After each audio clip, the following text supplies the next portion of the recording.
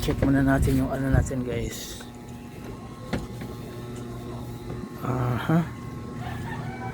Mag time check muna tayo. 11:56, mag alas 12 na. So ito yung harvest ng ating SRE ngayon, 2942 amps. Medyo malakas-lakas na rin yan kasi 40 amps to maximum.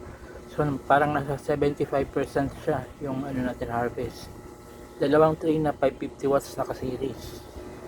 So 550 watts times 2, that's 1100 watts. Saktong sakto talaga kasi ang maximum naman pag 24 volts na SRE 40 amp is 1100 watts.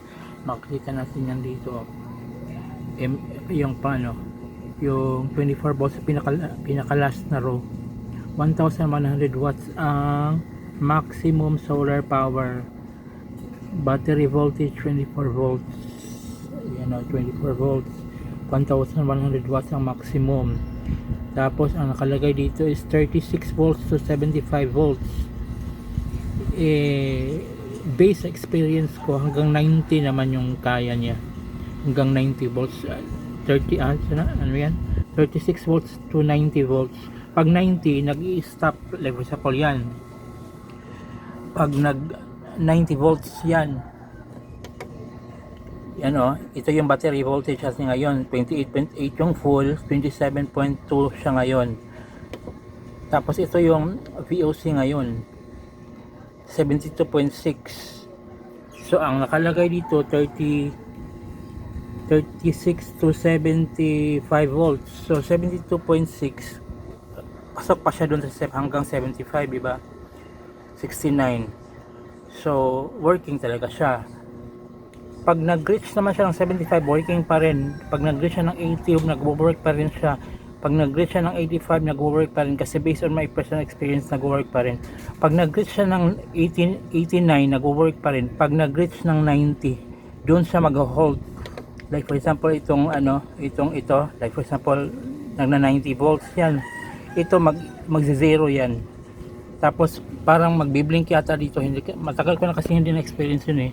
Parang magbi-blink siya na parang temporarily on hold yung charging or your conversion from solar to battery kasi nag-over voltage, nag-reach siya ng 90. Pero the moment na, pero walang kaba doon kasi pag ini-stop lang niya, hindi lang siya nag-supply doon sa battery natin ng charge pag nagna 90 or more than 90. Pag bumaba naman ng 89 pababa, yun, mag-resume naman siya automatically. So ganun ka intelligent yung SRE. Pati naman itong ano natin, ganun din yung LJoy, ganun ang ano. Pag MPPT ACC kasi parang meron silang mayroon silang sa system nila sa loob na pag ganun, for protection, para hindi mag-over voltage, hindi mag-overcharge, ganun. So parang temporarily i-halt nila or i-stop nila yung charging, tapos mag-resume naman pag pag doon na siya sa within range ng kanyang yung safe na voltage or yung temperature or yung Tapos ito namang LJoy natin, ito talagang pinopromote ko kasi gusto ko sanang i-promote to, pero ito ang gusto kong i-promote kasi para sa mga small DIYers dyan na kung-umpisa pa lang. Ito LJoy 600 watts version 2. Ang input naman nito is PV input 17 to 84 volts. So ang battery natin, ang PV voltage ng apat na buska na naka-series ngayon is 60. So pasok pa siya hanggang 84, diba? 60. So nag-charge siya. Battery voltage 27.5, charging current nasa 16. So 16 times 28.8 yung gamit natin na charging voltage. 28.8 times 16.25, yun yung watts na pumapasok sa battery natin na 24 volts. Kaya nila mag-compute. 28.8 times 16.25, yun. Magkano ba yun? Wala tayong calculator. So yan, malakas pa rin ang ating LJoy. Malakas din tong SRE natin. Malakas naman talaga itong dalawa. Ito talaga yung pinapromote ko, itong dalawa. Ito, maganda yan.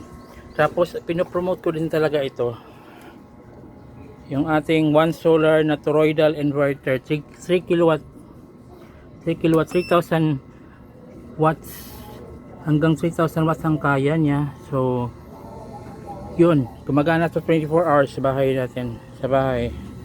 Ito yung ano natin, battery natin na 24 volts 210 Ah. Ang total watt hour niya is 5376 based sa computation ko, 5376. Yun, galing tong power central pala. Ang ano niya, ang battery niya nagre-range, ang capacity is 104 to 108 Ah kada isa. So since 16 peraso yan, ginawa natin 8S2P na configuration. So 24 volts 8S2P. Since 24 volts lang naman ang kaya nitong ano natin, MPPT SSC, at saka ito 24 volts din to. Kung sakaling ano, mag-upgrade tayo ng yung 48 volts na one solar na 6 kilowatt toroidal, maganda yun, yun ang pangarap ko talaga. 6 kilowatt na 48 volts toroidal one solar. Ganito din ang mukha, medyo mas malaki din yung konti dito, pero 48 volts ang ano niya, battery kailangan. Tapos 6 kilowatt, ito kalahati lang, 3 kilowatt, 6 kilowatt yun, maganda yun.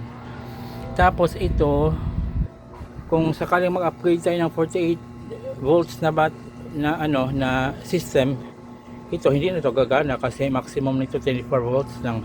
Pero ang pangarap ko, magkaroon ng SRNE na 48 volts, yung ML48, ano ba yan, 4860 ang model. Ganito mukha din, mas malaki nito, tapos mas malaki yung screen niya, tsaka may backlight na yung screen nun.